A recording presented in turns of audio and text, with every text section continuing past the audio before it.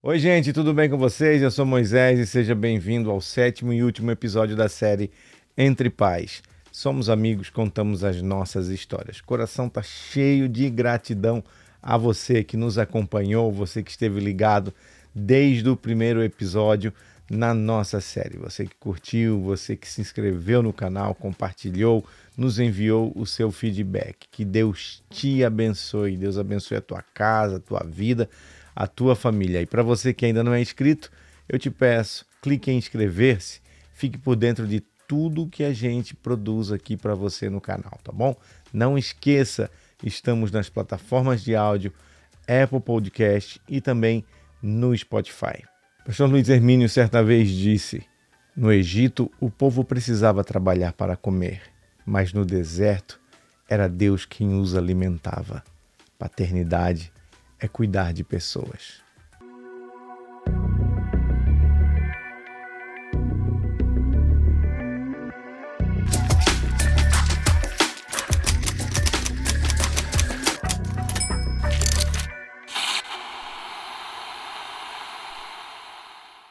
Hoje eu tenho o prazer enorme de ter aqui comigo no sofá, conversando sobre paternidade, paternidade humana, paternidade divina, o meu pastor, ele que é o esposo da pastora Viviane, o pai do Ben e também do Arthur. Está aqui comigo hoje, pastor Benhur Lopes. Obrigado, pastor. Obrigado por ter vindo. Prazer demais ter Prazer sido é meu, aqui. obrigado, Moisés. Pastor, a gente sempre começa com a... Eu sempre começo, né, perguntando, o senhor é da onde lá no Brasil? Eu sou do Paraná, sou do sul do Brasil, sou do Paraná. Eu nasci numa cidade muito pequenininha, lá perto de Medianeira, Matelândia, chama Vera Cruz do Oeste.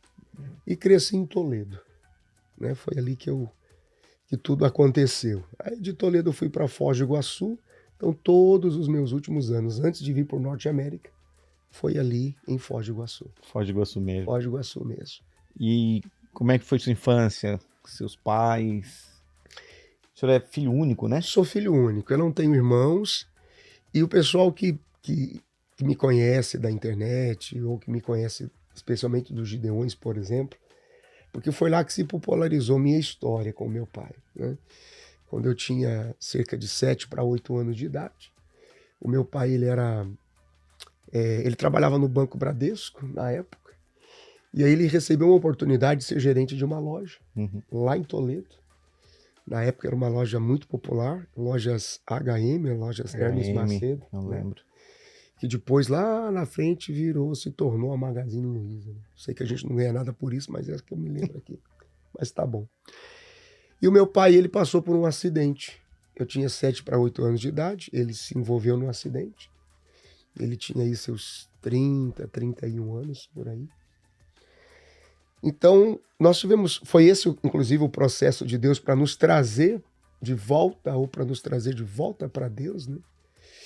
E aí, o meu pai passou por um processo de quase morte, minha mãe entrou em desespero, tentou suicídio numa noite, foi aí que o Senhor interveio, né? Isso o senhor com a idade de 7 anos. 7 anos. Então o Senhor entrou em casa por uma intercessão de um pastor que estava no rádio, fazendo o rádio que a gente costumava deixar ligado, porque o meu pai, sempre que a minha mãe ia alimentar ele, pela sonda, ela ligava o rádio. Então a programação normal do rádio termina e começa um programa de um pastor local. E foi ali, nessa programação, que o pastor entendeu que ele deveria orar para repreender o espírito da morte dentro de uma casa. E era naquele momento ali que minha mãe estava preparando uma vitamina de leite com abacate, porque era o que eu gostava muito. Ela sabia que não ia ser difícil para eu tomar. E ela no desespero, porque meu pai havia sido desenganado pelos médicos. Não Foi falava. permanente, a deficiência dele ficou permanente? Eram 2 anos já e ele já não andava, não falava. Né? Ele perdeu toda a estrutura muscular. Meu pai chegou a pesar 38 quilos de pele, osso. Né? O hospital liberou para casa, para morrer em casa. E minha mãe entrou em desespero numa noite, quando viu meu pai ele todo encolhido, osso atrofiado, perna torta. E ela falou, vou ter que resolver isso, vou tirar a minha vida E ela imaginou que, como eu gostava muito de vitamina, ela ia preparar a vitamina, como ela fazia uma papinha para dar comida para o meu pai, colocou veneno ali, ela daria para o meu pai e eu e ela tomaríamos aquela vitamina envenenada. E naquele instante é que pelo rádio, o pastor que estava na hora interagindo, na abertura do programa, ele falou: irmãos, há um espírito de morte dentro de uma casa agora. Então por isso que eu acredito muito no poder do rádio, acredito muito no poder do podcast, acredito muito no poder dessa comunicação íntima, porque a pessoa às vezes ela está silenciosa lá na casa dela e ela vê um assunto como esse, por exemplo, e ela acaba ouvindo no seu particular e tem um socorro de Deus aí. Então ele só tinha a gente, aquele homem do rádio. Quando ele começou a interceder, eu vivi uma experiência sobrenatural. E eu com 7 para 8 anos de idade, eu vi quando um ser de branco veio para a porta do quarto.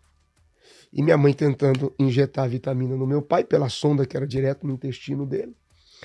E eu, criança, vi aquele ser e fui atrás daquele ser de branco, que começou a andar dentro da minha casa. E aí, quando eu voltei, que minha mãe estava já de joelhos dobrados, pedindo, clamando por Deus para não morrer, que nós vimos o sobrenatural de Deus, que foi a seringa de injeção do alimento estourar na mão dela. Meu Deus. E os copos, que ela preparou 2 copos de vitamina envenenada, eles trincaram na parte de baixo e a vitamina começou a vazar. E aí eu, como criança, a mãe sempre falava para o meu filho, não, coisa quente em copo de vidro quebra. Eu falei: mãe, estava muito quente a vitamina, quebrou o vidro. E na verdade o sobrenatural de Deus estava agindo dentro de casa. E aí eu chamei a minha mãe e falei: mãe, tem um homem dentro de casa. Para mim era um homem dentro de casa. E eu acho que ele pulou um muro de casa e machucou os pés, porque aonde ele pisa em casa tem uma marca de sangue. E eu tinha 7 anos, cara. A criança, a inocência da criança, a verdade da criança é indiscutível. É uma coisa impressionante. E eu entendo hoje quando Jesus diz: deixai vir a mim. Né? Terça-feira, eu estava dando aula no meu clube de interpretação bíblica, e quando os discípulos chegaram para Jesus em Mateus 18 e disse assim: Senhor, quem é o maior no reino dos céus? E a Bíblia diz: e apontando para um menino, trouxe-o para o meio e disse: quem não se tornar como este menino, não entrará no reino dos céus. E ele traz a criança, porque a criança, ela tem uma representatividade de fácil perdão. Cara, é por isso que os abusadores sobre as crianças, eles imaginam exercer o controle, porque a criança, mesmo abusada e ferida, enquanto criança, ela tem uma capacidade de perdão e de liberação. Existem crianças abusadas por parentes e por pessoas próximas dentro de casa, que depois que elas veem que o adulto está punido, elas se sentem culpadas, porque elas imaginam que a culpa é delas. Então por que algumas crianças se silenciam por muito tempo? Elas protegem o adulto, cara. Porque a inocência e a gentileza e a capacidade de querer bem o outro é tão real, que ela diz: eu não vou prejudicar o adulto que me fez mal. Então o Senhor traz essa inocência, diz: olha para o menino. Então quando o menino tem percepção, quando a menina tem percepções, inclusive espirituais, preste atenção nisso. E eu disse: eu vejo um homem dentro de casa com os pés machucados e aonde ele pisa tem uma marca de sangue. E ali nós somos impactados com essa presença de Deus. E ela entendeu o que era? Ela ficou assim, sem saber como reagir, porque ela estava sob o impacto daquela oração do pastor, sobre o impacto da seringa que quebrou, dos copos que trincaram, né, daquele suicídio que não aconteceu. E aí o pastor falou: olha, amanhã pela manhã as mulheres estão orando aqui na igreja, se você quiser vir e tal, você que está me ouvindo. E aí ele dizia: hoje chegou salvação nessa casa e tal. Aí foi quando ela foi procurar a igreja de manhã. Quando ela procura a igreja de manhã, que ela chega lá e ela vê as mulheres que estavam ali reunidas em oração. A líder dessas mulheres, quando vê a minha mãe entrando, que viu ela, já foi na direção dela profetizando. Disse: minha filha, hoje chegou salvação na sua casa. Então é como se fosse uma senha daquilo que ela ouviu lá em casa na noite anterior. Sim. E aí ela Ela disse, porventura não chegou salvação na sua casa? Porventura eu não estive lá ontem à noite? Meu Deus. E começou a profetizar na vida dela. Né? Eu estou tocando aquele homem, estou tocando a sua vida, e é ali que ela diz, e aquele menino me pertence. Aquele menino me servirá. E tem uma coisa que ficou muito forte, ela disse assim, ó, vai haver dias em que você vai desejar ter um Natal com ele, e você não terá, porque ele me servirá todos os dias da sua vida. E quando minha mãe tentou falar qualquer coisa, ela dobrou os joelhos, desesperada e tal, Jesus batizou ela com o Espírito Santo, sem nunca ter frequentado, vamos supor, um culto para poder pelo menos ter um registro de memória de uma língua estranha que possivelmente poderia produzir essa identificação. Mas vocês tinham uma base cristã que não, nada católicos. Eram católicos não praticantes, mas a gente estava totalmente alheio a essa movimentação espiritual dessa forma. Totalmente fora disso.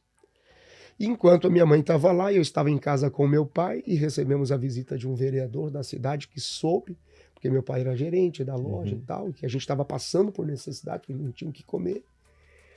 E quando ele chegou e trouxe as compras do mercado, ele fez muitas caixas de compras. Aí quando ele virou uma última caixa, assim, caiu uma caixinha de bombom, de chocolate. E aí eu, como criança, olhei para aquela caixa e falei assim, isso aí só pode ser meu, né? Eu brinco, quando eu conto, eu digo, Deus me deu o dom de revelação ali, isso aí me pertence. Aí eu peguei aquela caixa, falei, isso aqui é meu. E olhei para ele e perguntei para ele quem é que mandou aquelas compras. E ele disse assim, fala para sua mãe que foi Deus quem mandou. E criança é muito curiosa, e eu perguntei, mas quem é Deus? E aí, cara, ele cruzou as pernas e abriu os braços e fez tipo o sinal da cruz, assim, na postura dele. Ele falou assim, você lembra daquele homem da cruz que foi pregado e machucou as mãos? Aí eu criança, falei assim, mas machucou os pés? Falou, machucou. Falei, saiu muito sangue? Falou, saiu sangue. Falei, eu sei quem é Deus. Aí, e ele assim, essa criança deve estar sofrendo alguma perturbação. Falei, eu sei quem é Deus. E ele, mas como? Eu falei, porque ele esteve aqui em casa ontem à noite. Nessa cruz aí, o que o senhor fala, ele não está mais não, porque ele anda, e anda muito. Ele andou para cá, ele deixou isso aqui tudo cheio de sangue. E o homem assustou, foi embora meio maluco assim. Aí quando minha mãe chegou, né? E eu tava ali com aquelas compras e a caixa de bombom. Tem uma situação que às vezes eu esqueço de contar. O meu pai tinha uma traqueostomia, que ele não podia comer nada pela boca. Eu descasquei um bombom de chocolate e botei na boca do meu pai. Então eu tava matando ele afogado. Come, pai, tem bombom em casa. E a minha mãe chegou e falou, o que você tá fazendo com seu pai? Eu falei, não, tô dando bombom para ele. Mas quem mandou bombom para você? Eu falei, Deus. Aí eu lembro da minha mãe tirando o bombom assim, da goela do meu pai. E eu criança, pai, come que tem bombom em casa. Mas como Deus? Eu falei, mãe, eu acho que Deus mandou um funcionário dele aí em casa hoje. Porque olha o que ele trouxe para nós. Aquela multidão de coisa, arroz, feijão, macarrão, sal. E minha mãe abraçava aquele dia, Deus existe, Deus existe, Deus existe. E foi ali que eu perguntei para minha mãe, como é que a gente diz obrigado para Deus? E aí ela dobrou os joelhos, ela pediu para eu dobrar os joelhos também. E ela disse, a gente diz assim, Senhor Jesus, nós te aceitamos como único Salvador. Entregamos a ti a nossa vida e escolhemos te servir enquanto vivemos. Aí minha mãe me abraçou, chorava muito, e eu falei assim, mãe, eu quero ser como aquele homem do rádio. Eu posso ser como aquele homem do rádio? Aí minha mãe chorava, e ela dizia assim, você vai ser como aquele homem do rádio. Né? Então lá na frente eu vou me tornar um pastor. Agora, o meu pai, dentro de 90 dias, sofreu um processo milagroso, de uma intervenção milagrosa de Deus. Tudo nele foi acelerado. Minha mãe colocava o meu pai de pé, encostado numa parede, com a perna dele toda torta, e fazia como ela fazia comigo quando eu era pequeno. Ela me encostava na parede e pedia para eu andar. Vem, vem, vem, vem. E eu saía cambaleando até começar a andar. Com meu pai foi a mesma coisa. Ela ensinou meu pai a andar de novo. Eu me lembro que quando tirou... Ele reverteu, então... Foi revertendo em 90 dias. Ela ensinou meu pai a andar. Tirou a traqueostomia. Meu pai não falava. Eu lembro que me deu pneumonia. Eu fiquei 2 semanas internado. Quando eu voltei, meu pai estava falando. Oh, meu. Minha mãe ensinou meu pai a falar de novo, igual ela me ensinou a falar, batendo na boca, fazendo som. Lá, lá, lá, lá, lá, lá, lá, lá, lá, até as cordas vocais voltarem a funcionar. Em 90 dias, meu pai estava de pé, andando, falando, comendo, vivendo, restaurado em Deus. Meu Deus. Porém, a memória do meu pai sofreu um atraso, uma espécie de amnésia. Uhum.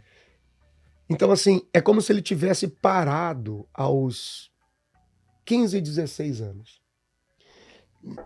Eu fui crescendo, então, com uma espécie de um irmão mais velho. Eu sabia, era o meu pai, mas ele não tinha a condição de me dar governo de pai. Foi aí que eu ouvia entre as pessoas a conversa de que o menino se perdeu. Né? Não tem futuro, não tem governo, não tem pai, não tem autoridade. Na época era muito comum a questão do... Quando as crianças, adolescentes iam para as drogas, tinha tal do cheirar cola. Vai cheirar cola, Cheira cola. né? Vai roubar, tocar fita de carro para manter vício, vai ver a trombadinha, né? Assaltante de coisas pequenas e tal. Só que eu devo tudo ao Senhor, porque quando o Senhor entrou na minha vida, que nós fomos para a igreja, que aí eu entendi o poder da paternidade espiritual. Porque a paternidade biológica é importantíssima. Não importa a condição do pai. Ainda que ele seja simples, ignorante, mal sabe escrever o nome, não importa. O pai, ele tem a figura, ele representa Deus na relação com os seus filhos. Assim como a mãe representa a mãe, ela garante o ambiente da adoração e de culto. O pai é o que traz a presença de Deus. A mãe é a que mantém essa presença dentro de casa. Então, ainda que o pai tenha todas as suas limitações e fraquezas e problemas, ele é o pai, de alguma forma. E quando essa paternidade biológica ela deixa de ser presente, é então que Deus levanta essa paternidade espiritual, ministerial, a partir de discipuladores. Aquilo que a gente chamava antigamente na igreja de o meu pai espiritual, a minha mãe espiritual. Então eu encontrei na igreja esse ambiente de paternidade e acolhimento. Talvez por isso o meu processo de amadurecimento muito precoce. Então eu sempre convivi no meio de adultos. E na igreja, então, eu era totalmente mergulhado no ambiente ministerial, o pessoal ficava com aquela coisa, é o pastorzinho. Então eu era a criança do terno porque eu queria, o adolescente do terno porque eu queria. Não sei se isso era uma carência, uma necessidade, mas esse foi o meu ambiente de paternidade. E quem, para mim, tornou-se, de fato, a referência de direitos, né, deveres, limites, foi o meu avô. Foi o meu avô. Então eu cresci aí, nessa condição. E eu também cresci com aquela referência da mãe em casa. Porque eu era filho único, meu pai não tinha aquela representação do pai como se esperava ter, então minha mãe precisou assumir as duas funções, trabalhando muito, né? Minha mãe teve que trabalhar, estudar, então ela fez mestrado, fez doutorado, fez mestrado, ela foi professora por 33 anos, né? Psicopedagoga, enfim. E eu cresci nesse ambiente ali. Minha mãe, o meu pai como uma referência de um irmão mais velho, e com o passar do tempo parece que daí eu passo a idade dele e me torno o irmão mais velho dele. Tanto é que por um bom tempo meu pai não me via como filho, meu pai achava que eu era o irmão mais novo dele. Né? Ele não recordava, mano? Ele tinha lapsos de memória. Enfim. Então foi mais ou menos essa relação que a gente teve aí. E eu não acho isso negativo, porque muitas pessoas têm dificuldade de falar sobre isso. Talvez seja por isso, por exemplo, que eu tenho na Vivi, a minha esposa, muita segurança quanto a a essa parceria de governo em casa. Então eu tenho essa parceria. Porque algumas pessoas tendem a dizer que se você tem uma presença, né, muito feminina em casa, você tem algumas demandas. Uhum. Então você tem uma deficiência para governo como pai, porque você sempre foi governado por um ambiente feminino, por exemplo, né? Em contrapartida, você tem talvez uma facilidade para a interpretação de ambientes mais femininos, por exemplo. E alguns são até mais extremos, né? Mas o Senhor nos organizou assim. E quando eu conheci a Vivi, que hoje, esse ano, nós vamos completar 29 anos de casados. O ano que vem a gente completa 30 anos de casado. Eu entendi como nós nos somamos para esse governo dentro de casa como família e como que eu deveria colocar a minha paternidade sobre os meus filhos. A igreja me ajudou a entender essa paternidade de referência para que os meus filhos pudessem se identificar na relação deles com o pai. Uhum. E hoje nós temos, como pastores, nós identificamos nos gabinetes, nos aconselhamentos, a crise que é da ausência da presença do pai dentro da casa, né? E quase sempre, não importa o que as pessoas dizem, eu tenho problemas com bebida, eu tenho problemas com algum tipo de vício, eu tenho problemas com caráter ou conflito sexual, eu tenho seja o que for o conflito da pessoa, né? Dificuldade para administrar finanças, não sei lidar com dinheiro, tenho problema de roubo, não consigo ser fiel numa sociedade, seja o que for. A gente para a conversa para perguntar assim: fala do seu pai para mim. Sempre tá lá, né, pastor? Cara, é como se virasse uma chave. As pessoas não estão falando dos problemas em si. Elas estão dizendo: eu não vejo meu pai aqui. Eu não vejo o meu pai aqui.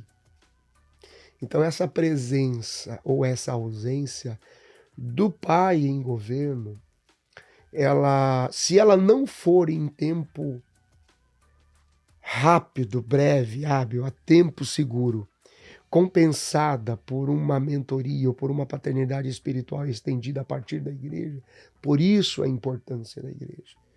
Essa pessoa vai ter sérios problemas nas suas relações lá na frente. Ontem eu fui abordado por uma senhora, ela perguntou para mim assim, ela disse: eu tenho acompanhado o conteúdo de vocês e eu queria que você me falasse aonde que eu me encaixo como mãe solo. Aí o meu conselho para ela foi esse: encontre uma figura masculina, seja seu pai, seja um tio das crianças, seja um pastor, seja alguém mais, encontre uma figura masculina para os seus filhos. Yeah. Porque há essa... até nas pessoas, a gente até fala, eu e a Bianca, que possuem uma certa dificuldade em relacionar-se com Deus, porque Deus nos é apresentado na figura de um pai. Exato. E aí a pessoa não tem a referência, ou tem de repente uma paternidade, sofreu uma paternidade abusiva, e aí quando você chega e diz: não, venha, sirva a Deus, que Deus é o teu pai. Yeah. A associação é imediata, né, pastor? Yeah.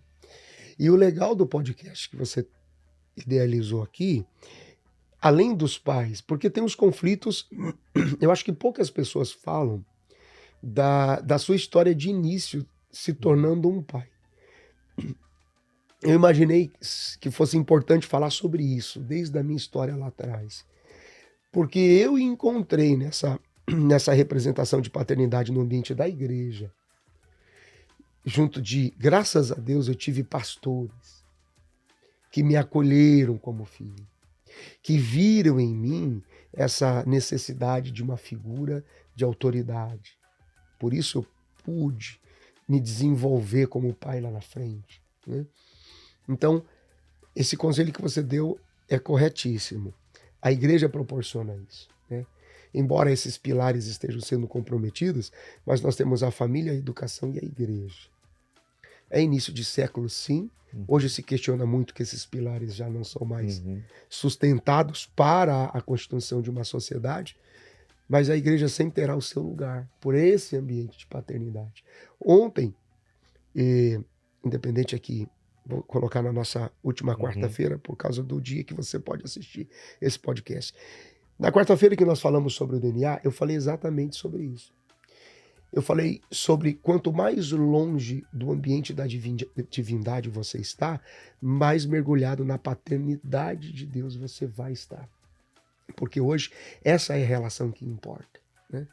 Quando Jesus diz na cruz, em Mateus 27, ele diz: Deus, meu Deus, por que me desamparaste? Mas em Lucas ele diz: Pai, na tua mão entrego o meu espírito. Ele não diz Deus. Então, quanto mais distante do ambiente da divindade, da exclusividade espiritual você está, maior vai ser o seu mergulho na paternidade de Deus. É aqui que nos faz diferentes. É aqui que nós somos diferentes de escravos espirituais. Nós não somos escravos espirituais, nós somos filhos. O escravo espiritual frequenta culto por uma necessidade. O filho vem porque sabe a responsabilidade que tem junto do seu pai. E há necessidade, né, pastor, dessa compreensão, dessa identidade de filho, dessa relação. Tem até uma frase do pastor Felipe Valadão que ele fala: quando você não tem a sua identidade de filho formada e você erra, você diz, meu pai vai me matar. Né? E quando você tem formado, diz, cara, eu preciso falar com meu pai. Né? Nos dois ambientes, no mesmo cenário, mas a concepção. Exatamente. Porque você tem responsabilidades como filho. Você não tem necessidades, né? João faz a comparação entre a igreja de Babilônia e a igreja de Jerusalém, porque ali está a paternidade, né? A igreja escrava babilônica quer provocar Deus de baixo para cima. A igreja espiritual de Jerusalém recebe Deus de cima para baixo. Então ela não tem provocações quanto à divindade de Deus. Ela descansa na sua paternidade. Porque o pai nunca vai te dar tudo que você quer, mas ele vai proporcionar o que você precisa. Então, por vezes, ele não vai te livrar da fornalha, mas ele vai te livrar na fornalha. Você vai passar pelo fogo, mas ele não vai te queimar. Porque você vai sentir a mão dele te conduzindo em qualquer tempo da sua vida. É por isso que lá na frente, mesmo depois de adulto, você tem inconscientemente a sensação de que o que o meu pai faria agora. Né? Porque você tem a responsabilidade de filho com ele. E a gente é tentado, até pelas nossas percepções, quando a gente não vê algo acontecendo da parte de Deus, achar que Deus nos abandonou. Mas não, às vezes é apenas um trabalhar silencioso dele, como o senhor falou. Ele não, às vezes não nos livra da fornalha, mas está conosco também. Exato. Eu me lembro, quando eu comecei a perceber assim, a referência que você exerce sobre os filhos. O Ben, meu filho mais velho, pessoal, aqui no Norte América, ele é o Ben, mas para nós ele é o Júnior. Então o Júnior, quando ele tinha ali os seus 6, 7 anos, porque eu cresci com eu cresci com uma sombra estranha. Eu morria de medo que na idade do meu pai eu sofresse um acidente como o do meu pai. Olha que maluquice. E os meus filhos ficassem sozinhos. Então eu sempre orava e dizia, Senhor, não deixa eu passar por isso 2 vezes, porque foi muito sofrimento. É uma coisa maluca. Mas na mesma idade, 6, 7 anos, meu filho estudava na escola adventista, lá em Foz do Iguaçu, e ele foi para um evento do Dia dos Pais. Então a criança precisava levar para a escola alguma coisa que representasse o pai. Né? Aí estava lá na agenda dele, levar algo que represente o pai. Aí a minha esposa falou assim, o que você quer levar? Você quer levar uma camisa, um sapato, né? O que você quer levar que representa o pai? Aí ele foi lá na minha escrivaniazinha e eu tinha uma bibinha fininha que eu preguei com ela há muito tempo. Hoje ela tá lá em Foz, inclusive, toda destruída, velha. Eu preguei muito com ela, pequenininha. E aí ele foi lá, pegou essa biblinha. Aí ele falou assim, não, pai. Não, mãe. O meu pai só precisa de uma Bíblia. O meu pai só precisa de uma Bíblia. Então a referência que ele tinha comigo era eu com a Bíblia na mão e pregando. Né? E aí quando ele foi para a escola, e aí no dia eu estava. Falou, vamos no dia da comemoração. Foi durante a semana, então deu certo de eu estar. Aí a sala foi chamando. Cada um vinha. Olha, esse representa o meu pai, essa camisa, essa gravata, esse terno, esse sapato. Aí ele levou a Bíblia. E vamos ouvir agora o Ben-Hur, né? Ben-Hur Júnior. O que representa o seu pai? Ele ergueu a Biblinha, cara, para cima. E ele falou com 6 anos de idade uma frase que eu falava pregando. Ele falou assim: Jesus, 5 letras poderosas. J-E-S-U-S. Justo, único, santo. Jesus, justo, eterno, santo, único, salvador. E ele via isso. Ele via isso. Quando eu pregava na rua, que eu pregava nas praças, eu pegava o microfone na praça e dizia assim: Jesus, 5 letras poderosas, J-E-S-U-S, justo, eterno, santo, único salvador. Eu quero 1 minuto da sua atenção agora. Deixe-me falar sobre Jesus. Cara, ele era bebê e ele guardava essa expressão. Então, por isso que nós temos hoje um ambiente ministerialmente, sacerdotalmente familiar, que eu chamo de um ambiente seguro. Não é porque nós somos privilegiados, é porque nós transferimos esse ambiente de segurança, igreja, relacionamento com Deus e o altar. Nunca precisei mandar meus filhos orar, eles oram. Nunca mandei jejuar, jejuam. Jejum por dias, que até me assustam. Eu digo: por que tanto tempo, meu filho? Pai, eu só estou buscando algo com Deus aqui, mas eu estou bem. Né? Chegam e me trazem revelações de Deus da palavra, me trazem projetos de Deus para a igreja, vem a estrutura de Deus lá na frente. E o que mais me dói é que eles sofrem muito por isso, porque como nós somos um ambiente da igreja, a sensação é que a gente quer fazer tudo, mas é porque a gente ama fazer aquilo que a gente faz como igreja. E eu digo: meu Deus, guarda os meus filhos, porque quando eu era mais novo, eu sofri muito nesse ambiente de que parece que esse menino sabe tudo, ou faz tudo sozinho, ou quer fazer tudo só. Pastor, então o senhor sempre foi nesse ritmo? Sempre nesse ritmo. Não esperar, não depender Sempre. da atividade? Sempre. Eu acho que é por eu ser filho único, não ter pai me dizendo o que fazer, eu me tornei um autodidata das coisas. Autodidata das coisas. Na busca de emprego, eu precisava de um trabalho e tinha que fazer vendas. Eu nunca vendi nada. E o cara falou assim: mas você não tem experiência nenhuma. Cara, eu passei a semana procurando pessoas na igreja que me explicassem como que se vendia as coisas. E eu chegava lá e vendia as coisas. Então, assim, hoje pastoralmente falando, por exemplo, quando eu peço para alguém fazer, algumas pessoas dizem assim: pastor, o senhor não dá tempo da gente fazer. Eu preciso me controlar.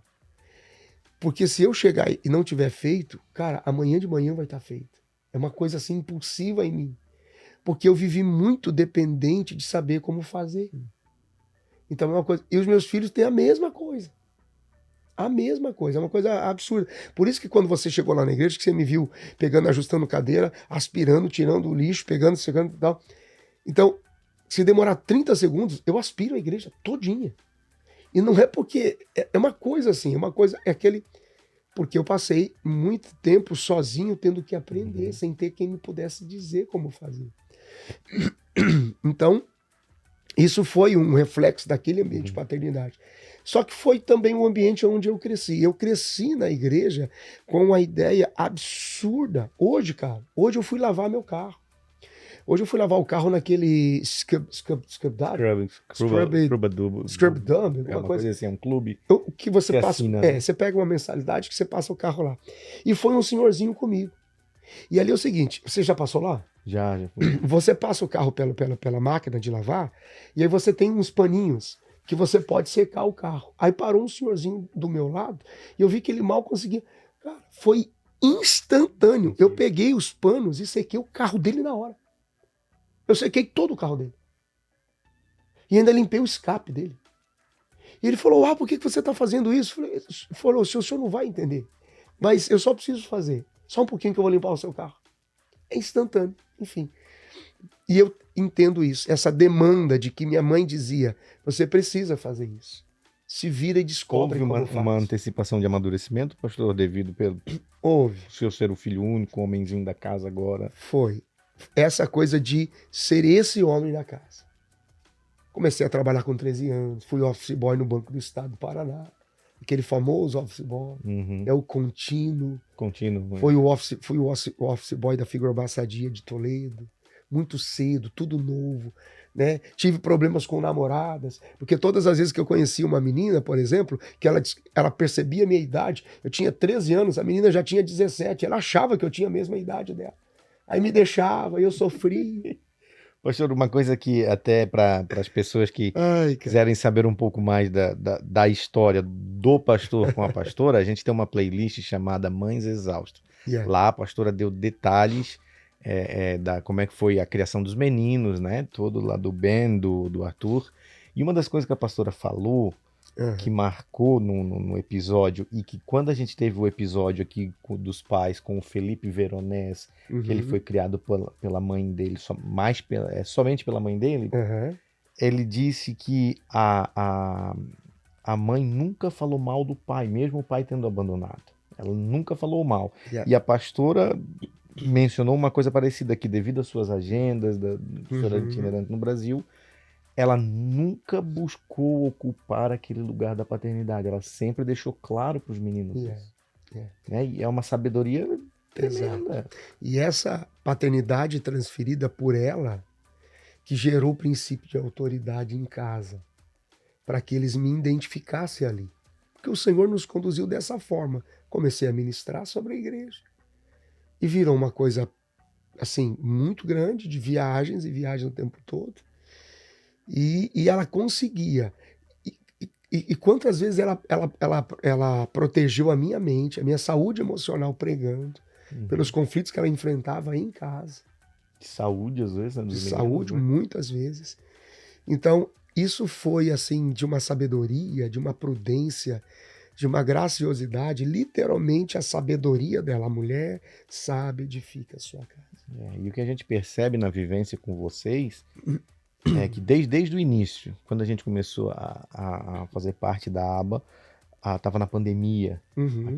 a igreja mais vazia, aquelas cadeiras Sim. afastadas. Uhum. E uma das coisas que eu sempre percebo isso é que quando há uma parceria entre vocês dois, que quando o senhor está com o microfone, quem fica o tempo todo orando e glorificando ali, chamando a presença é ela. A intercessão A dela é intercessão. E maravilhosa. quando ela sobe, é o senhor que está na intercessão ali. Essa ideia eu vejo como que é o que falta hoje nas famílias. Trabalhar como um time. Um time, isso você disse tudo. O individualismo nas relações que destrói tudo isso, né? A minha vida, meus sonhos. Eu tenho, assim, que resolver problemas de casais muitas vezes, porque na cabeça quase sempre do homem, das mulheres muito pouco. Cara, quando você casa, a sua vida é para o seu sacerdócio em casa. Você não tem mais vida de solteiro. Você não tem mais aquela coisa de que os meus amigos estão me chamando para um happy hour que é exclusivo deles. E tem gente que tem dificuldade. Meus amigos, meu dinheiro, meu carro, minha vida, não é mais isso. É nossa casa, nossa vida, nossos sonhos, nossa família, nossos filhos. É isso, pronto e acabou. E quase sempre, quando esse casal, ou esse pai, ou essa mãe está em crise, esses amigos que os sequestraram para uma individualidade nunca aparecem para ajudar. Acontece, né? E o que o senhor sabe, eu frequentei muito o meio da itinerância no Brasil. É. E a gente percebia, pastor, assim, eu pelo menos percebia e vi que muitos deles o casamento se perdeu, né? Amou-se de certa maneira o ministério de tal forma e que acabou-se a família, não houve esse cuidado, porque a pastora fala no episódio, não estou aqui transferindo Sim. a culpa para as esposas, eu só estou dizendo que houve o cuidado da pastora Viviane sempre em manter, primeiro, a figura sua como pai, como autoridade sobre as crianças, e nunca transparecer por mais que às vezes ela estivesse se sentindo sozinha ou frustrada, transferir uma culpa pela sua ausência. Isso é importante. Muitos dos conflitos em casa já teriam sido resolvidos com essa sabedoria, com essa sensibilidade, né? Porque infelizmente é triste quando os pais usam as crianças para se atacar. Isso é desesperador. Então nós tivemos essa essa graça de Deus de construir a nossa relação como família a partir dessa habilidade, sensibilidade que a minha esposa teve, de mesmo com a minha ausência, o saudoso pastor Sodré falava isso. Ele dizia, é impressionante, o pastor viaja tanto, mas esses meninos não me dão um trabalho sequer. Sempre junto da irmã Viviane, sempre junto dela, né? Tementes ao Senhor e tal. Eu tenho às vezes até medo de falar sobre isso, como se eu estivesse fazendo uma crítica àqueles que não conseguem ter os seus filhos sob sujeição dessa forma, porque cada história é uma história. Mas isso é possível, sim. Não é? E hoje nós temos a alegria de desfrutar deles junto do altar, servindo a igreja, né, extremamente educados, sensíveis, apaixonados pelas pessoas. São tão sensíveis e tão ingênuos que eu, como pai à distância, digo, Senhor, guarda o coração desses meninos, porque eles não têm a malícia da maldade, do engano, incapazes de falar mal de alguém, incapazes de ofender alguém. Né? E por causa dessa singeleza é muito fácil de serem ofendidos ou até magoados. Eu disse, Senhor, guarda o coração dos nossos filhos. Pastor, o Ben, eu lembro que uma época, até enquanto vocês estavam no Canadá, ele estava fazendo uma escola para piloto de avião. Foi 2 anos. E como é que foi isso, essa transição? Porque hoje ele é mergulhado no ministério, hoje ele vive, ele é apaixonado por aquilo ali que ele faz. O Ben sempre foi muito inteligente. E ele é muito inteligente, muito também autodidata, mas muito curioso, muito pesquisador. E quando, rapaz, você lembra de uma companhia de teatro, os melhores do mundo? Sim. Né? Joseph Klimber. Tem um episódio de algum momento deles que eles falam sobre, é até ruim falar sobre isso, mas eles fazem uma observação sobre o ataque das Torres Gêmeas. Eu achei a ideia num momento muito indelicado, mas eles fazem um comentário dizendo assim, ó, é fácil aprender a pilotar um avião usando o Fly Simulator? Aí um outro diz assim, mas roda no Windows 99? Cara, aquela palavra, Fly Simulator, o Ben comprou e aprendeu a voar no Fly Simulator, ao ponto que quando ele tinha 15 anos, que nós fizemos a primeira vez um voo de um fazendeiro em alta floresta, que eu fui pregar, e ele foi nos buscar no aeroporto de avião bimotor, ele sentou do lado e disse pro cara o que funcionava na aeronave. Foi impressionante. 15 anos. 15 anos. A gente tem foto desse dia até hoje, ele pequenininho. Ali nasceu a paixão de voar. Ele fez 30 horas de solo de avião em aeroclube e fez 180 horas numa das principais e mais importantes faculdades do Canadá, que é o Seneca, Engenharia Mecânica com Pilotagem. Então ele saía dali um engenheiro mecânico com piloto de avião. E se ficasse entre os melhores no final, ele poderia, por exemplo, concorrer a uma vaga em uma companhia aérea regional do Canadá. Só Deus. Só Deus. A turma começa com aproximadamente 200 pessoas. 200 pessoas. No primeiro semestre, sobrou 90. No segundo semestre, sobrou 22. Ele estava junto. Aí sai e vai para o aeroclube. E voa todo dia. Eu lembro de ver as fotos dele voando. Ele já fazia cross-country, sozinho, voando, indo e voltando até a fronteira com os Estados Unidos. Aí um dia, o instrutor dele maltratou muito ele em voo. Foi assim muito indelicado. Ele percebeu uma discriminação. Ele sentiu que estava sendo discriminado por ser imigrante. E naquela hora ele colocou no coração dizendo, Senhor, só me dá um sinal e eu volto para o altar. Uau. O meu lugar é o altar. Que percepção. Yeah. Aí ele aplicou para a Universidade do Hillsong, na Austrália. E ele passou. O Hillsong aceitou ele. Só que o visto australiano não foi aprovado. Porque o oficial da imigração australiana interpretou como ele sendo um brasileiro imigrante no Canadá, sem um curso concluído, por que ele tem interesse em um outro curso se o curso não foi concluído, e se ele está fora do Brasil? Porque o correto seria aplicar esse visto do Brasil. Até aí tudo bem.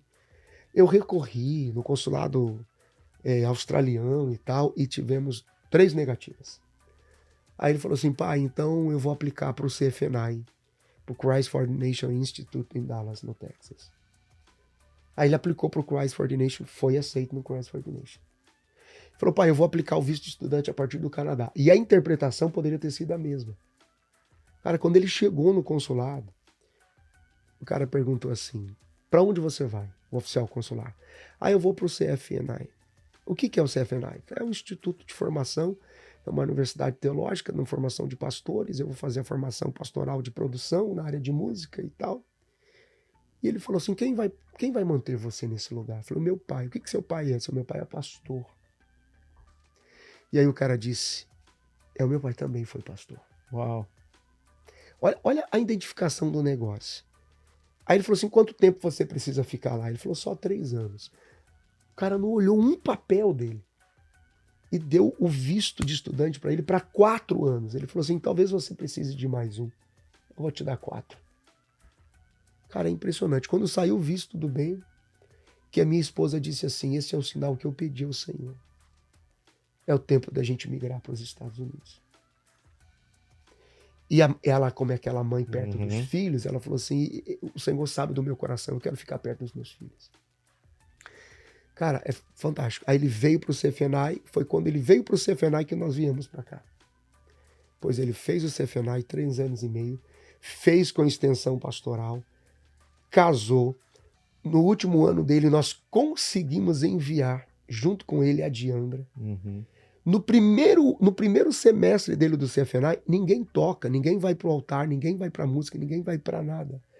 No primeiro ano dele, ele passou numa audition do CFNI, porque ele fazia os pads. Ele fazia o segundo teclado, que fazia todo o pad por trás. E esses pads normalmente eram comprados. Mas ele produzia esses pads em estúdio. Ao ponto de que o CFNI achou tão interessante que virou uma matéria de aula para o worship, da formação de worship de produção. Quando virou essa matéria, ele se tornou professor no CFNI nessa área, no 2º ano. E porque ele se tornou professor, ele ganhou a bolsa e não pagou mais. Hoje o Arthur também está no CFNI. Hoje o Arthur no CFNI, mais na área pastoral, não de produção musical, mas na missão, como é que é o nome? Não é transcultural, é na missão... Ele é um pastor para a missão cultural específica, a missão para as nações. Então ele tem uma formação específica. Ele vai fazer 3 anos e meio também. O que é interessante no Arthur, para você que de repente não conhece, se entrar nas redes sociais do pastor, você vai ver ali o Arthur sempre ao lado do pastor interpretando. E a maneira do Arthur interpretar não é meramente traduzindo a sua pregação. Ele mergulha mesmo. Domingo até o senhor ajoelhou, ele ajoelhou junto. É incrível a entrega dele na hora da ministração. Ele literalmente ministra junto ali. E é assim, isso eu devo a Deus pelo seu propósito. A Vivi contou aqui na época da passagem dela. Como é o nome do episódio? Fala são Mãe Exausta, uma série, uma playlist. Mãe Exaustas, que está aí, vale a pena assistir, porque não podia ter filhos. Então, tanto o Ben como o Arthur foi o Senhor quem mandou. Ontem eu vi o Arthur um pouco calado, porque ele tem 19 anos, ele vai fazer 20. E às vezes, nessa faixa etária, ele olha para o pai e olha para o irmão, ele faz comparações. Por que na minha vida não aconteceu tantas coisas? O irmão dele, na idade dele, já tinha 200 horas de voo em aeronave. O Ben nem dirigia carro, já pilotava avião. Aí gera uma certa comparação. Ontem ele viu um pouco calado, ele estava um pouco calado, ele foi tirar a carteira de motorista, que ele vai fazer a prova agora. E eu comecei a ministrar na vida dele. Falei, filho, nunca se compare com ninguém. Quando eu tinha a sua idade, um pouco menos, eu era tão calado igual você. Eu caminhava quilômetros para ir num parque na minha cidade e falava muito sozinho com Deus. Eu era tímido, não falava muito, ficava sozinho o tempo todo. E comecei a contar a minha experiência. Aí ele começou a chorar. Falei, meu filho, não é porque você não vê agora algo que pode parecer relevante ou importante que não esteja acontecendo. Deus está guardando sua vida. Fica tranquilo. Aí eu falei para ele sobre o tempo de Samuel e Ana, porque tem uma ministração, eu falo sempre, quando eu falo sobre isso, sobre as madres sobrenaturais da Bíblia, né? Sara, Ana e a mãe do coxo da Porta Formosa, né? Então a madre de Sara, né? O salmista Davi, Salmo 139 diz: o Senhor me viu ainda informe, viu os meus ossos sendo formados no ventre da minha mãe, sendo entretecidos, né? Quer dizer que quando Sara estava sendo formada no ventre da mãe dela, Deus já sabia que ela nasceria estéril. Mesmo assim, fez a ela uma promessa de ser a mãe de uma grande nação. Então, como é que Deus promete para alguém algo que nasce sem condição humana de gerar? Parece até meio que como é que eu posso dizer? Uma brincadeira de uma Deus, brincadeira né? É uma brincadeira assim, ó, tipo, eu vou te fazer uma promessa, mas tu vai nascer impossibilitada de... Ela ri na porta da tenda. Do que esse homem está falando se eu não gero filhos? Eu sou uma mulher já avançada em idade. Né? Gera até uma ofensa, porque Abraão diz assim, uma velha vai poder gerar? Né? Então, enfim. E ali tem uma história bem interessante, porque pode uma mulher com 90 anos, ela não tinha 90 anos, ela tinha 87, né? Isso faz uma grande diferença na vida de uma mulher. Diga para uma mulher de 35, ela tem cara de 40 para você ver. O problema é sério. Então ali é uma madre sobrenatural. Quer dizer, Deus já sabia que ela nasceria sem condições de gerar e promete a ela filhos para uma nação. Então ali tem uma lição. Quando você não vê recursos naturais, do mesmo lugar que veio a promessa virá o cumprimento. Então se ela vem de cima, a resposta vem de cima também. Só que aí tem a madre de Ana. Porque a Bíblia diz que Ana podia gerar. A Bíblia diz, mas o Senhor a impediu de gerar. O Senhor fechou a condição dela. E o Senhor a impediu de gerar. E aí, quando ela clama ao Senhor, embriagada, tido como embriagada por Eli, e ela faz o voto, se o Senhor me dá, a criança é sua, para te servir no seu tempo. Então, Samuel nasce no pior momento, em um dos piores, quiçá o pior momento de Israel nos seus dias. O Icabode, né, a glória do Senhor, o Icabode, a glória do Senhor foi tirada. Os filhos de Eli corromperam o altar, uma bagunça. Eli completamente cego. O altar, o culto, a adoração. Né? Cego, surdo e gordo, né? A Bíblia é bem específica. Terrível. Senhor, mas quando é que Samuel vai nascer? Samuel vai nascer no pior momento. E vai servir aonde? No pior momento do tempo. Quer dizer, era uma gestação para um tempo determinado e específico, mas não será como eles, será profeta para aquele tempo. Pastor, já aproveitando que o senhor está falando sobre Eli e Samuel, é interessante e, de certa maneira, até confuso para mim essa relação Eli, os filhos, Eli e Samuel. Porque aquilo que ele não conseguiu paternalmente transferir aos filhos, ele transferiu a Samuel. Exatamente. O legado, a fidelidade a Deus, que ele não conseguiu passar aos filhos, porque nós, no meio evangélico, quando você quer xingar alguém, você não fala palavrão, você chama de filho de Eli. Chamou de filho de Eli, você sabe que é uma coisa ruim. Já Samuel, para Samuel, que eu creio que possa ter crescido junto com os filhos de Eli. Deus é um Deus de compensação. Ele é um Deus de compensação. De alguma forma, o desespero de Eli foi transferir essa compensação. Tanto é que quando Samuel ouve a voz de Deus, ele passa pelo filtro da voz de Eli. Samuel, ele ouve a voz de Eli. O Senhor me chamou? Não, eu falei contigo.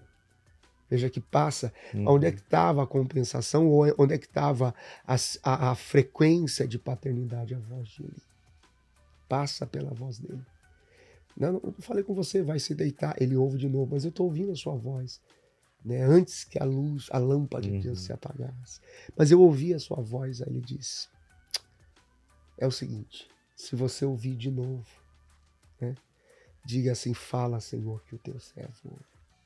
Então a voz de Deus sempre vai usar a frequência, ainda que falida, de uma paternidade. Deus vai encontrar a frequência de autoridade necessária para trazer para dar aquela continuidade geracional, né? Aquela cura geracional.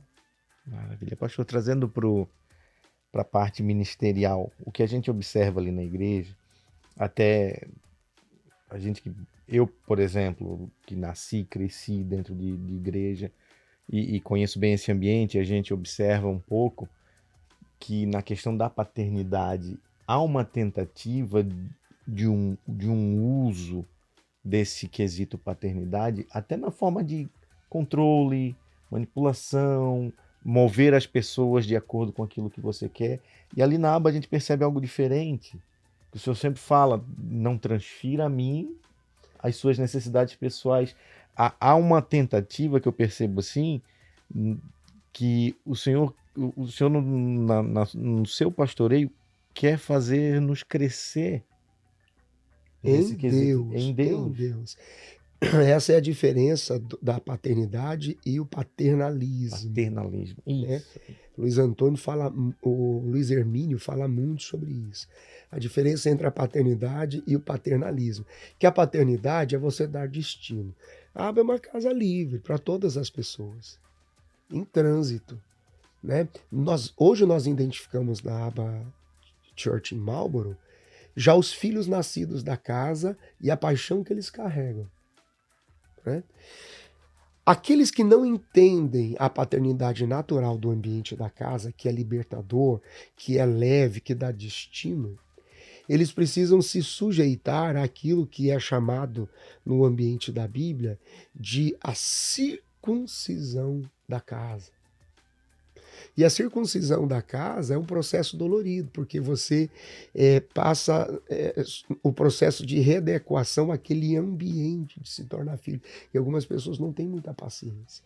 E tem gente que não gosta. Aliás, nós perdemos algumas famílias. Na primeira vez que eu disse assim, você não precisa de mim. Você precisa de Deus. Então, para que o senhor serve, pastor? Eu te ajudo a entender o processo, a encontrar o caminho. Eu te conecto com o ambiente onde você vai se encontrar com Deus. Porque eu não estou ali sempre. Deus está sempre. Então essa ideia, essa última quarta-feira do DNA foi muito forte, porque eu falei muito sobre isso. Os filhos de Deus sabem da sua responsabilidade junto dele e desfrutam dele. Por isso eu usei o exemplo de Jesus. A divindade, o ambiente daquela coisa de o senhor precisa estar aqui, porque de qualquer forma, se o senhor não me dá um sinal, eu não continuo. Então, ele diz, Deus me desampara, mas o Pai me recebe. Sim, eu lembro quando o senhor falou isso, e eu até fiquei assim, mas como assim, cara? A gente precisa. E hoje, na vivência com a criação do Noah e da Zoe, eu percebo que é realmente isso. Eu preciso criar meus filhos não para mim. Eu preciso criar para o mundo, porque se...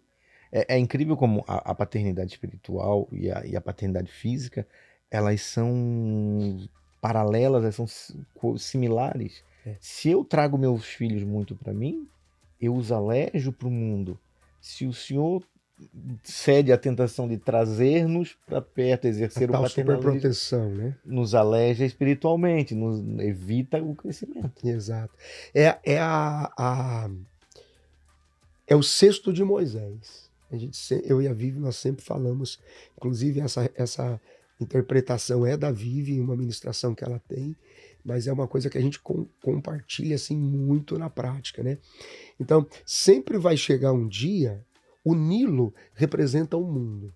O Nilo é o mundo, aí está. Então vai chegar um dia que o Nilo vai exigir nossos filhos, que é o processo natural de desenvolvimento deles, né? Só que a gente precisa ter a certeza que quem construiu o cesto e betumou por dentro e por fora fomos nós. Eu vi essa pregação da pastora. A gente precisa ter essa certeza de que o leite que ele bebeu foi hebreu. Porque ainda que em algum momento nessa vida ele vai parar na casa de Faraó, ele não vai se contaminar com a taça de lá. E ele vai voltar para o seu ambiente de origem. Ele vai voltar para o seu propósito. Então é isso que os pais fazem. É esse preparo para liberá-los, né? E o paternalismo é aquele controle baseado no medo, baseado no pânico. Né? E hoje a Vivi até às vezes, amor, você tem que falar isso pro Arthur. Eu falei, amor, tem 19 anos que eu falo isso pro Arthur. Então é aquela coisa, amor, eu preciso agora deixar que ele entenda, que ele se encontre, que ele se descubra, que ele perceba como as coisas são. E é assim que vai acontecendo. Então hoje o que eu busquei me tornar? Extremamente amigo dos meus filhos. Então acabou. Não Professor, tem e mais essa como? chamada de atenção. E como fazer essa transição da figura paterna, se tornar um amigo, se tornar alguém que eles sabem que possa contar, que eles vão lhe buscar? Porque geralmente o filho não busca o pai e a mãe, né? É o acesso, a liberdade de acesso para falar o que quiser, sobre o que quiser, no momento que quiser, no tom que desejar, sem nenhum tipo de subjugar, ou julgamento, ou condenação, ou exclusão, nada disso. Eles têm acesso para falar o que quer, do jeito que quer, da maneira que quer. Olha, interessante. Porque... Simples assim, acesso, amigo. E eu falo isso praticamente quase todos os dias. Filho, o pai é seu amigo. Seu amigo. O que você precisar falar. Do jeito que você precisar falar. Né? Às vezes, assim, quando no passado eles tinham algum início de relacionamento que eu sabia que era no momento perigoso, porque eles estavam em processo de formação, eu conversava como se fosse um adolescente. Cara, pô, que legal. E daí? Foi, poxa, que maneiro. E é bonita? Poxa, aqui você tem bom gosto. Show de bola. Mas tem alguma coisa que está te preocupando? Então, pai, essa situação. Cara, deixa eu te falar como eu faria isso. E pronto. Sem nenhum tipo de repreensão, exposição, nada. Eu louvo a Deus que nós conseguimos entender rápido aquela coisa de não constrangê-los pela imagem da religiosidade. Então a igreja sempre foi um ambiente livre. Sempre foi um ambiente livre. O trânsito sempre foi leve. Então meus filhos não têm problema com álcool, não tem problema com bebida, não tem problema com cigarro, não tem problema com vício, não tem problema com esses acessos. É uma coisa que é tipo, pai, tá tudo bem, eu tô com o Senhor. E não chama a atenção. Porque esse excesso de falar a respeito, de falar sobre, criou essa amizade. Então eles são amigos. A gente ri, conta piada, conta história. Quando a gente tá junto, não parece pai e filho falando. Que legal. Cara, é muito louco isso. Eles olham pra mim e falam assim, eles não falam pai, eles falam assim, cara, é muito louco isso. Eu falei, cara, você tá doido? Como é que você faz isso? Quem vê a gente falando não parece pai e filho falando. Porque eu permiti esse acesso para que eles confiem em mim. Confiem em mim. Né? Não é aquela coisa de, o pai tá entrando. Uma coisa interessante, Moisés. Os filhos não podem. A minha esposa soube fazer muito isso, cara. E isso eu tento transferir sobre a condição de paternidade pastoral, enquanto líder. A sensação dos filhos não podem ser, pai chegou. Ih, para, o pai chegou, Cara, o pai chegou. Não. A sensação tem que ser, cara, o pai acabou de chegar. Ele vai ajudar a gente. Eu luto para que o pessoal, cara, pastor chegou. Você quer me ver feliz? É quando eu entro lá na igreja, em algum momento, em algum ambiente, eles dizem, ei, pastor chegou! Pastor, o que você acha disso aqui? Cara, tá sensacional. Quem teve essa ideia? Caramba! Incrível! Acabou. E às vezes, dentro da minha cabeça, eu faria talvez de alguma forma diferente. Cara, eu desencuquei com essas coisas. Então eu preciso que, como pai ou como pastor, mas nesse momento agora como pai, eles não digam assim, cara, para, que o pai chegou. Não. Cara, o pai acabou de chegar. Cara, você vai conhecer meu pai. É muito legal. Esse ambiente, né? Porque tem duas formas de você conduzir pessoas. Ou você conduz pelo medo, ou você Ou conduz pelo respeito, amor. pelo amor. A autoridade não se impõe, ela se conquista, né? Ela se conquista por essa coisa acessível, né? Enfim. Então eu sou apaixonado pelos meus filhos, procuro transferir isso sobre a... Hoje o aconselhamento, quando as pessoas vêm, e olha que eu ouço coisa, Moisés, né? E eu sinto essa necessidade da cobertura de paternidade responsável. Então, geralmente, quando eu ouço algo muito difícil, eu vejo quanto dói, cara, a minha reação é imediata. Eu falei, cara, posso te abraçar? Deixa eu te dar um abraço. Aí abraço a pessoa e eu vejo o choro. Está tudo bem. Isso é o que você sabe até aqui. A partir daqui a gente vai resolver. Aí o pessoal diz, pô, pastor, é diferente. Eu acho interessante essa capacidade que o senhor teve de virar a chave do pastor para o pai. Eu, por exemplo, eu cresci, né, o senhor conheceu o vô, Sim. um homem maravilhoso, um legado maravilhoso, uma pessoa incrível, ministério que fala por si só. E só que o vô nunca desligava do modo pastor. Nós nunca tivemos a liberdade de rir, de brincar, tanto que a nossa reação era justamente essa. Nós somos uma família muito grande, de muitos primos, então estavam rindo, brincando. O vô chegou, pum, parava. Ele temor. Era o peso da autoridade dele, era o peso, mas nunca houve essa relação. Tanto que eu lembro que uma vez, não sei se o senhor chegou a conhecer o pastor José Vieira, que foi muito tempo vice-presidente da convenção em Santa Catarina, Sim, cabecinha branquinha. Sim, conheci ele. Eu tava com o filho do Claudinei Nunes, o Cleiton, eu tava lá no pátio da igreja, e eu lembro que o pastor Zé Vieira chegou, abraçou, deu um beijo assim, eu mexendo, eu pensei, ô filho, o vô tá com saudade de você, quando é que você vai lá em Joinville visitar o vô? E beijou e cheirou. Aquilo me deu uma inveja tão grande, porque a gente tinha essa relação com o vô, assim, o vô sempre muito ocupado, sempre correndo, né? Então não tinha a relação avô, era mais pastor. E eu achei maravilhoso isso, o senhor ter essa capacidade de desligar. Eu nunca esqueço do Jaime Kemp. Lembra do Jaime Kemp? Ele e a esposa sempre trabalhou com família, sempre trabalhou com casais. Eu lembro do Jaime Kemp falando uma vez na sede de Curitiba. Chegando em casa, né, ele tira o chapéu do pastor e coloca o boné do pai. Entendeu? Não é que você negligencie o seu sacerdócio naquele ambiente, mas você chega como alguém que entende, ama, dá acesso, permite a mesa. Entendeu?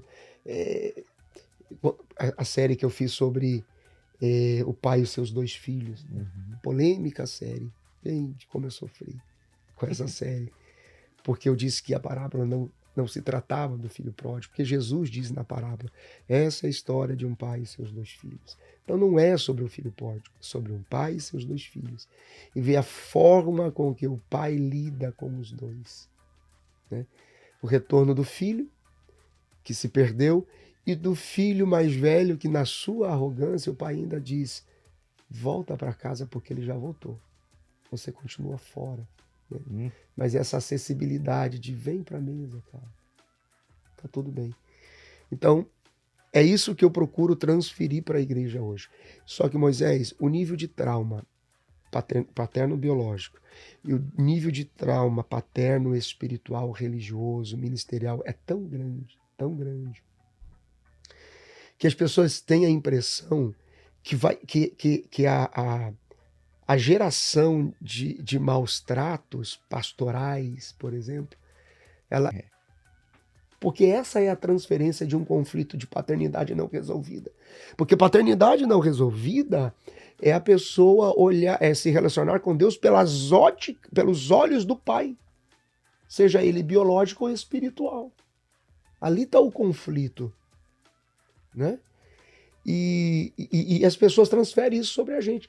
Muitas pessoas que a gente perde na igreja, ou é por algum conflito, ou é pela nossa... Por incrível que pareça, a grande maioria é pela passividade paterna com que a gente resolve as coisas.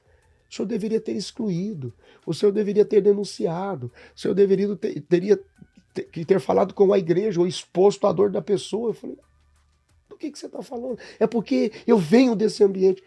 E assim é espiritualmente, assim é também paternalmente. Isso seria também, pastor, eu creio que uma incapacidade de lidar com os próprios problemas. Com os próprios. Porque a gente sabe que há pessoas que para tudo ligam, pastor. Vai cortar o cabelo, liga o pastor para saber que corte que deve cortar. A gente cresceu assim, o vô determinava até o corte do cabelo que a gente ia ter. Então isso, de certa maneira, há pessoas que não conseguem, quando o senhor falou, a gente chega lá, fala algo, senhor, tudo bem. Como assim tudo bem? Recentemente nós perdemos uma família. Quem vê eu falando parece que a gente perde o tempo todo, mas são muito pontuais. Né? Nós temos uma congregação linda que cresce a cada mês. Mas teve uma família que se ausentou porque disse que eu não tinha cuidado sobre eles. E aí eles disseram, não, agora nós temos um pastor sobre nós. Inclusive, semana passada eu precisei comprar um carro. Eu estava comprando um Chevrolet. Olhei para o meu pastor, liguei para o meu pastor, ele olhou para mim e falou assim, não, compra a Ford, que é de Deus. Cara, eu não aguento isso não. É muita demanda. A dependência, né? Não, compra a Ford, que é de Deus. Quer dizer, pinta a casa, mudou a cor da casa, porque o pastor teve um sonho que a casa tinha que ser um marrom, claro, quase uma mistura de um laranja com amarelo. Agora sim tem um pastor que se importa comigo. Come on. E é aí que entra a manipulação do paternalismo. Aquele que sabe que usa isso em benefício. Controle sobre as pessoas não funciona assim. Somos livres. Disse Jesus para o jovem rico. Só tem um bom. Vosso Pai que está nos céus. Só tem um Pai sobre nós, Deus. O que eu me torno? Uma compensação espiritual de uma paternidade estendida que te ajuda a se conectar com Deus. Então eu sou pai ministerial, eu sou pai de destino sobre as pessoas. Mas o teu pai espiritual, biblicamente, é um só Deus. É um só Deus. Que pode não ser visível, mas Deus é assim, invisível, mas nunca ausente. É igual brincar de esconde-esconde dentro de casa, que o pai demora um pouquinho para se mostrar e a criança vai entrando em pânico. É só perguntar, pai, aparece porque eu estou sentindo medo. Você vai ver o seu pai. Uma coisa que o senhor falou uma vez numa pregação que marcou muito foi Deus não tem problema com o pecado. Quem tem problema com o pecado somos nós. É a nossa consciência que nos afasta dele. Nossa, exatamente. Por isso que ninguém vai para o inferno por causa do pecado. Isso é uma das outras coisas que as pessoas ficam loucas quando eu falo. O mundo jaz no maligno. Ninguém vai para o inferno por causa do pecado. A condenação ao inferno é porque negamos Cristo como Filho de Deus e Salvador. É isso. Por isso esses reflexos produzidos pelo efeito das atrações que são constantes. Né? Você não tem problema, as atrações não são um problema, porque nós somos seres sexuados. As atrações são instintos naturais, depende da sua formação e quanto mais você foi exposto, a que conteúdo você foi exposto, a que material você foi exposto. Criou-se um histórico de preferências atrativas. Então as atrações não é o problema é o que você faz com elas. Uhum. Porque se você dá foco a elas, produz o efeito da tentação. Então a tentação, que é o desejo mental posto em, gera cobiça. Ali está o pecado. É simples. Então Deus olha e diz assim, cara, até que você se deu bem. Porque você podia fazer pior. O senhor citou o texto de Adão e Eva, quando eles descobriram que estavam nus. Eles se esconderam. E mesmo assim Deus buscou eles no encontro que eles tinham todo final do dia. Por que você está se escondendo de mim? Ou seja, ele já sabe, Deus na onisciência já sabia do pecado. Então nós que, quando não temos essa paternidade reconhecida em Deus, não reconhecemos o nosso lugar como filho, a dificuldade de lidar com Deus pelo pecado é nossa, não de Deus. Uma coisa que na paternidade precisa ser entendida, e eu acho que isso é prática de paternidade, porque foi esse... Perguntaram para Jesus, como é que a gente fala? Eu gosto de colocar assim quando eu vejo a humanidade. como é que a gente fala com Deus? A gente diz assim, amantíssimo, soberaníssimo, inalcançável, Pai das luzes eternas. Jesus diz, não, não, não, não, não. Você diz assim, ó, Pai nosso que está nos céus. Chama ele de Pai, que ele é apaixonado por ser Pai. Só isso. Então, olha a prática da paternidade de Deus lá no ambiente do Éden. Né? Quando ele está no jardim. O pai tem a responsabilidade. Quando ele diz assim, por que você está escondido? Não, não é nada não. Deu um probleminha aqui, mas estou resolvendo. E tentava se cobrir com folhas de figueira para esconder a sua nudez. E Deus está dizendo assim, você se resolvendo. Você é responsabilidade minha. Paternidade é responsabilidade sobre os filhos. Você é responsabilidade minha. Se você der errado, eu te conserto. Com o meu calor, com o meu sacrifício, com a minha voz, com a minha presença, sempre ao seu lado. Você é responsabilidade minha. Eu te conserto. E tomou um animal e o matou, e tirando a pele, o vestiu e o cobriu.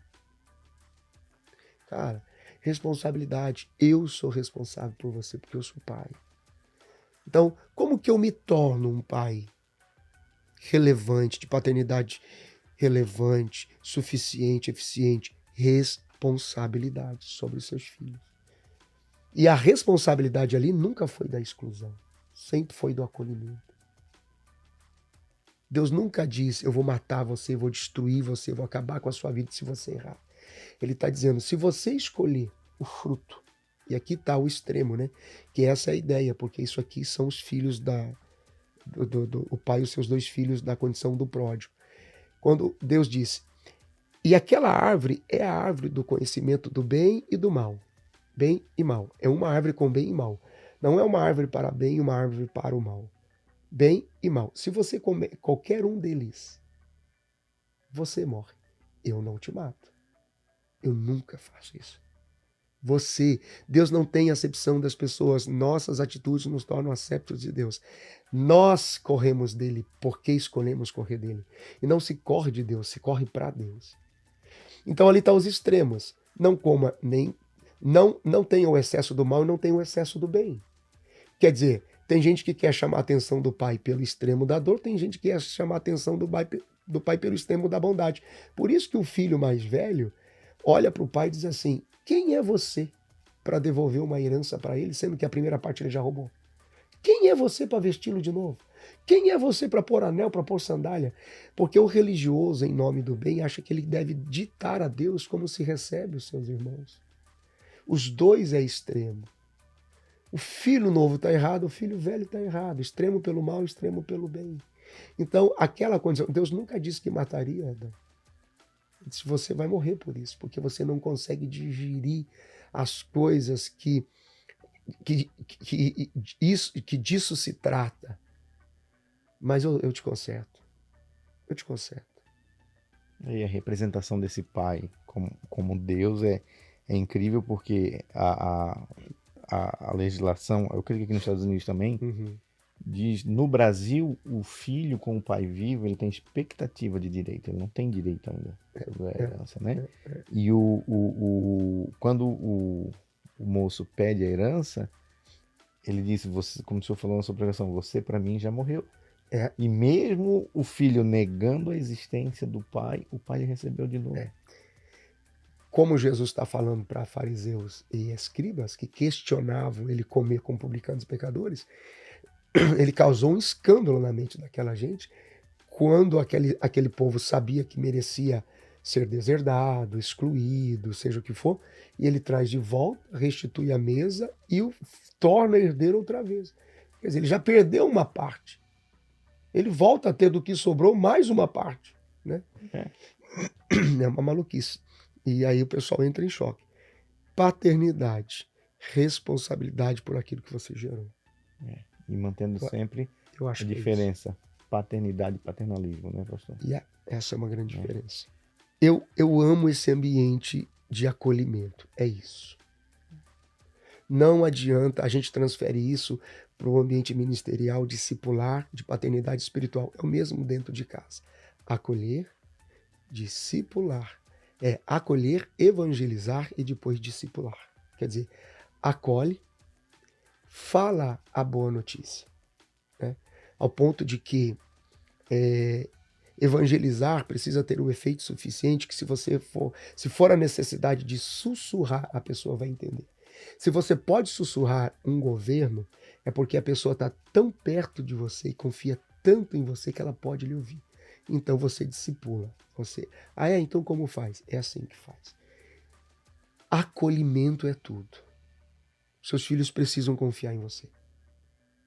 Eles precisam confiar em você.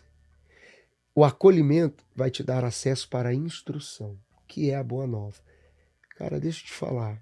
Isso pode te fazer muito mal, vou te falar por quê. Mas a escolha é sua. Então, como eu faço agora, pai?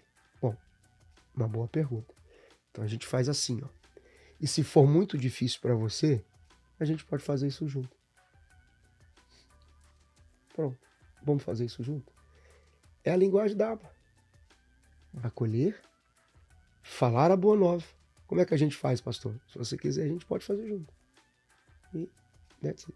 Fugir da tentação de querer fazer prevalecer a vontade própria, né? Exatamente. Muito obrigado, Moisés. Pastor, brigadão. Obrigado. De verdade, foi um prazer. Obrigado a você, obrigado Tá à audiência que está aí, a todos os que estão conectados no canal. Pastor, e antes de encerrar o episódio, eu queria que o senhor falasse para nós. Eu vi que o senhor lançou esse mês, né, um livro, Foi. Segundo os Passos de Cristo. Deixa eu ver se a câmera pega direitinho lá. Isso. Aqui. Isso aí, Segundo os Passos de Cristo. Queria que o senhor falasse um pouquinho para nós desse livro. Eu falo sobre discipulado, segundo Jesus. Falo sobre o chamado do discipulado, falo de encontrando o seu propósito como discípulo de Jesus. Falo também um pouco sobre o discipulado em casa, quer dizer, os nossos primeiros discípulos são os nossos filhos. Mas o livro gira em torno do seguinte: o que é discipulado na prática? Discipulado é viver pelo que a gente crê, enquanto a gente lida com aquilo que a gente sente. Porque o apóstolo Paulo escreve aos Gálatas dizendo: não vivo mais eu, mas Cristo vive em mim. E a vida que agora eu vivo na carne, eu vivo no Filho de Deus, que me amou, se entregou e morreu por mim. Então, não significa que depois desse encontro com Jesus, os seus problemas acabaram. Tabajara, lembra? Uhum. Seus problemas acabaram. Não. Pastor, eu aceitei a Jesus, a minha vida está com piorou, ele, né? Mas parece até que piorou. Eu vi isso. Né? Pastor, parece que ficou... Não é que as coisas se resolvem assim. Isso é discipulado. Discipulado é viver por aquilo que você crê agora em Deus e segue a vida lidando com as coisas que você sente. Pastor, quanto tempo dura isso? Pode durar a vida toda. Uau. É isso aí. Você quer saber mais? Você pode adquirir aqui, ó. O livro, pastor, onde que encontra? Onde que compra esse livro aqui? No pode Brasil, entrar, por exemplo, que a minha audiência aqui, a maioria é do Brasil. Estaçãodafé.com.br. Estaçãodafé.com.br. Tá lá, é a nossa editora, disponível no Brasil. Em algum momento vai chegar pela Amazon também, mas nesse momento pela editora. Vai sair um e-book dele? Rapaz, hoje a editora me surpreendeu. Sabe o que me mandaram? Um audiobook. Uau. Dele. E numa narração linda. Que legal. Eu te mostro. Que legal. Pastor, e Aba Club? O pessoal que está ouvindo você falar aí, o que é o Aba Club? O Aba Club é um formato novo, né, uma plataforma renovada, né, atualizada da minha escola de interpretação bíblica. Eu tenho uma escola de interpretação bíblica, vai completar agora 10 anos. Eu tenho aproximadamente 670 alunos que estudam comigo semanalmente interpretação bíblica revelada e criativa. Eu ensino as pessoas a interpretar a Bíblia a partir da Bíblia, mesmo que ele não tenha dicionário, mesmo que ele não tenha enciclopédias, algum material de apoio muito mais complexo, não diminuindo isso, porque eu tenho muitos dele, mas vamos supor que você só tem a sua Bíblia, você precisa ler e ela tem que te dar uma informação, e mais do que você falar sobre a Bíblia, vale muito mais a pena você ser ouvido. Tem muita gente que fala muito sobre a Bíblia, mas é insuportável ouvi-lo. Então eu criei uma dinâmica baseado numa estrutura que a minha mãe me ensinou como professora, de como você ler o texto bíblico e torná-lo agradável, simpático e prazeroso de se ouvir.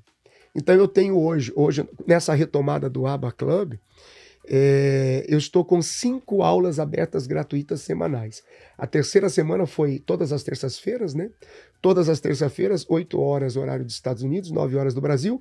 Eu dou uma aula aberta, né, gratuita para todos os meus canais de comunicação. Como que faz para acessar essa aula? Pode acessar pelo Instagram, né? instagram.com/Benhur Lopes. Pode acessar pelo Facebook, né, do pastor Benhur Lopes também. Porque quando a aula começa, a classe do Zoom fica com um link disponível na bio do Instagram. Ah, legal. Então, quem entrar no Instagram na hora da aula, clica lá e vai para a sala. Porque a diferença é que na sala eles podem fazer perguntas. Então, às vezes é 1h30, 1h20, 1h20, 1h30 de aula. Por exemplo, a última classe eu interpretei capítulo 18 de Mateus.